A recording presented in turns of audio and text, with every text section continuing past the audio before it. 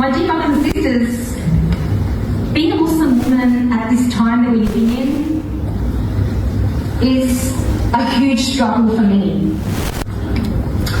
Whether you're a single, unmarried woman, a stay-at-home wife or mother, a woman who works, as it is, so many women already struggle with feelings of not being enough. And then you have social media, which only amplifies the feelings of inadequacy. Not to mention the Islamophobia that we have to often deal with outside our homes. But brothers and sisters, what adds more pressure onto all of this also is having to deal with the impact of two very negative, prevalent ideologies, that of feminism and the red pill ideology. I'll never forget, a few years ago, I had to attend a meeting with a woman who worked at a particular government institution, and how after staying home for about 18 years, raising my children, putting all my time and skills into raising the next generation of the Ummah, she actually said to me, you know, if you don't work and have a job, your children won't look up to you when they grow up.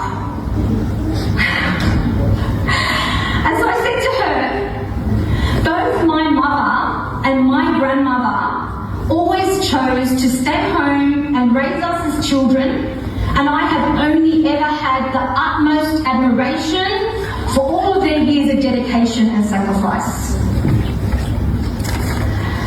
And brothers and sisters, there's no doubt that any ideology that causes women to view marriage as a form of enslavement, or which looks down and devalues a woman's choice to be a stay-at-home mother. There's no doubt that such an ideology needs to be opposed by us, especially if that ideology incites women to have a very biased and negative thinking about men. And especially if it causes some women to even begin to question Islamic tradition, merely due to the fact that it's largely based upon that of male scholarship. However, my dear brothers and sisters, it's also unfortunate that in order to fight against these destructive aspects of the feminist ideology, that some Muslims have also turned to the red pill ideology, which promotes a form of toxic masculinity. And what they have done is basically repackage certain elements of that ideology in order to try to make it sound as if it's part of Islam.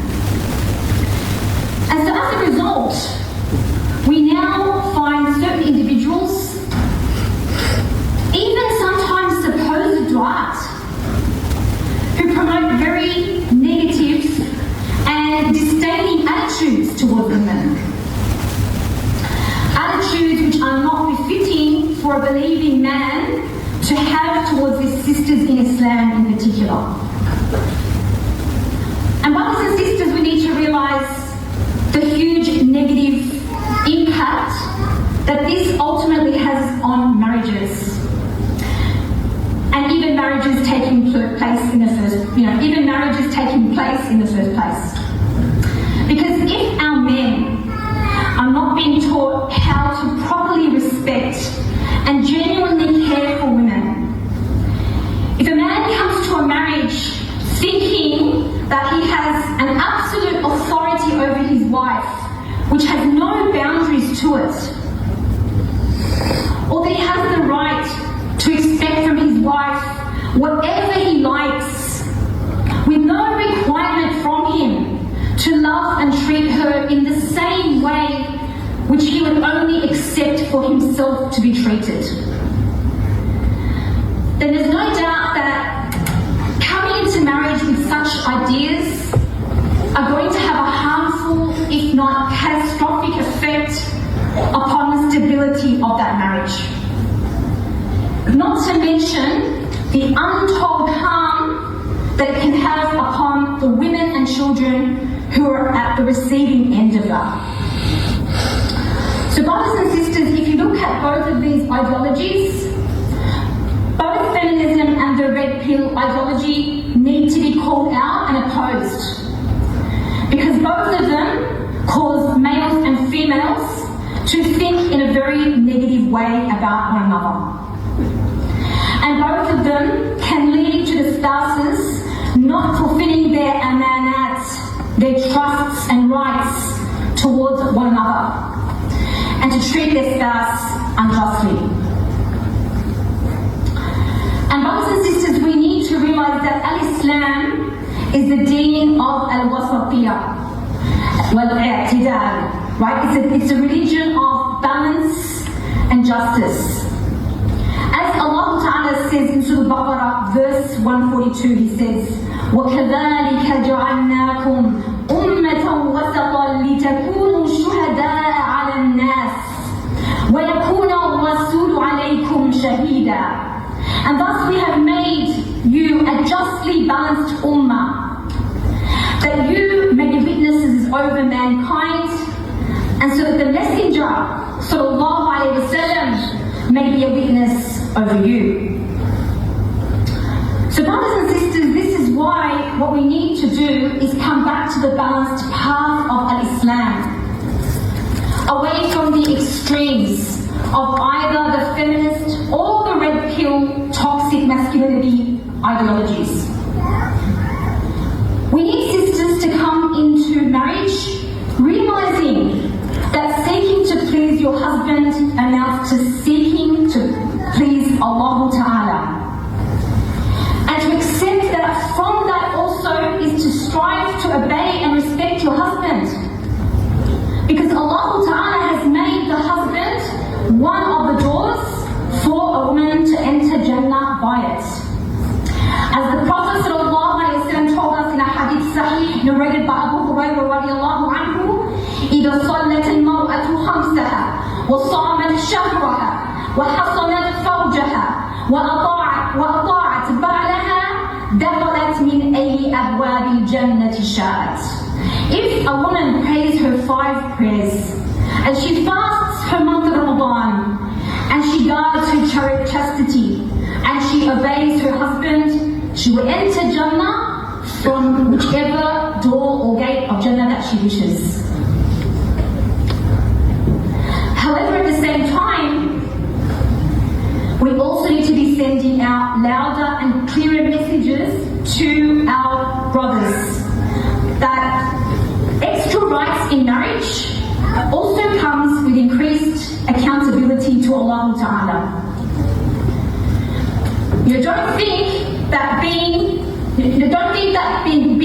Having been given these extra rights over your wife means that you're allowed to unjustly transgress upon the physical, mental, emotional, or even financial personal rights which Allah Ta'ala has also given to your wife.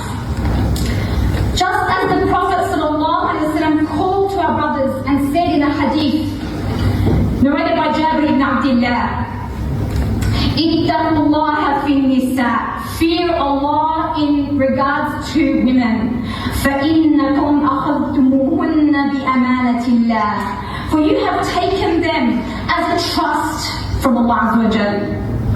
واستحللتم فروجهن بكلمة الله, and they have been made halal to you by the word of Allah.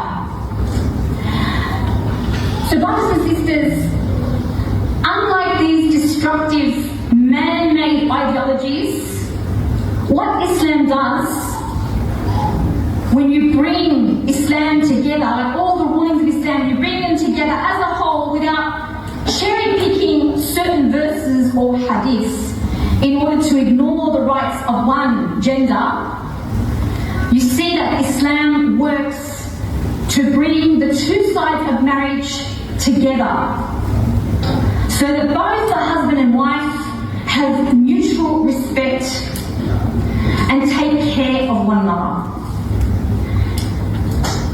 SubhanAllah, I'll never forget the first time I met my husband for marriage. May Allah protect him, Ya Rabbil Alameen, and give him al-Firdaus for everything that he has done in serving his family. He said to me, one of the first words he said to me, SubhanAllah, I know that Allah is going to ask me about my wife on the day of resurrection, and that she is my first amana before Allah. In conclusion, my dear sisters and brothers, I'd like to leave you with 3 pieces of advice to help heal the divide that some have caused to occur between the 2 genders.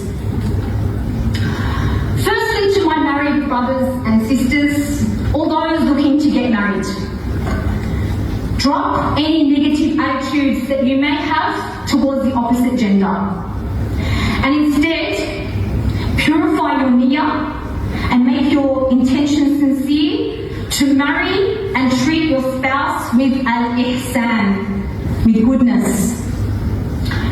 Secondly, all of us need to be calling out and speaking up against those who promote harmful attitudes to either men or women.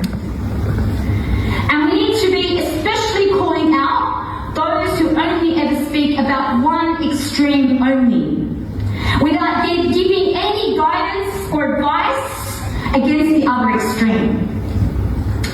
For example, let me ask you this question.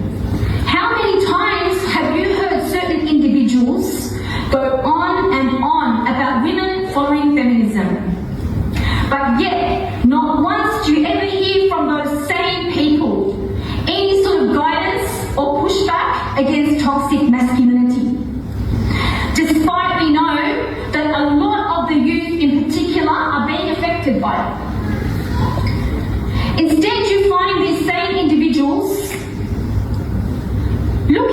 trying to find any example they can in order to run women down and belittle and even mock them. وَلَا حَوْلَ وَلَا قُوَّةَ إِلَّا بِاللَّهِ. So as brothers and sisters, we need to look at the bigger picture of how attitudes like this ultimately play out in people's homes. Because stability, right, having stable and healthy homes are what strengthen us as an ummah. And toxic and unstable homes are from what weakens the ummah from within. Lastly, I speak on behalf of my dear sisters when I say that especially in these times, with all of the struggles that we are facing as Muslim women, we are in need more than ever to feel the genuine care and support of our brothers for us. And for us to feel our brothers are actually uplifting us, not espousing attitudes which belittle and degrade us. Just as Allah Ta'ala has described the relationship between the believing men and women in the Quran, وَالْمُؤْمِنُونَ وَالْمُؤْمِنَاتُ بَعْضُهُمْ أَوْلِيَاءُ بَعْضٍ, that the believing men and the believing women are like guardians to one another. They strive together to enjoin the good and forbid the evil, and to establish the salah and to pay the zakah. And they obey Allah and His Messenger. أُولَٰئِكَ سَيَرْحَمُهُمُ اللَّهُ. They are the ones who Allah will have mercy upon them. إِنَّ اللَّهَ عَزِيزٌ حَكِيمٌ. Surely Allah is the Almighty and the Most Wise. My dear brothers and sisters, we did not have the blessing of living at the time of Rasulullah sallallahu alayhi wa sallam to experience His protective care for us. But we can still honour His sunnah by standing with each other in the way that He taught us and showed us.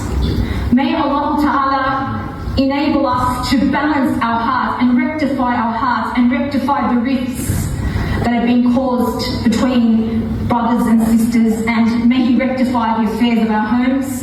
وَأَقُولُ قَوْلِي هَذَا وَأَسْتَغْفِرُ اللَّهَ لِي وَلَكُمْ وسبحانك اللهم وبحمدك نشهد أن لا إله إلا أنت نستغفرك ونتوب إليك.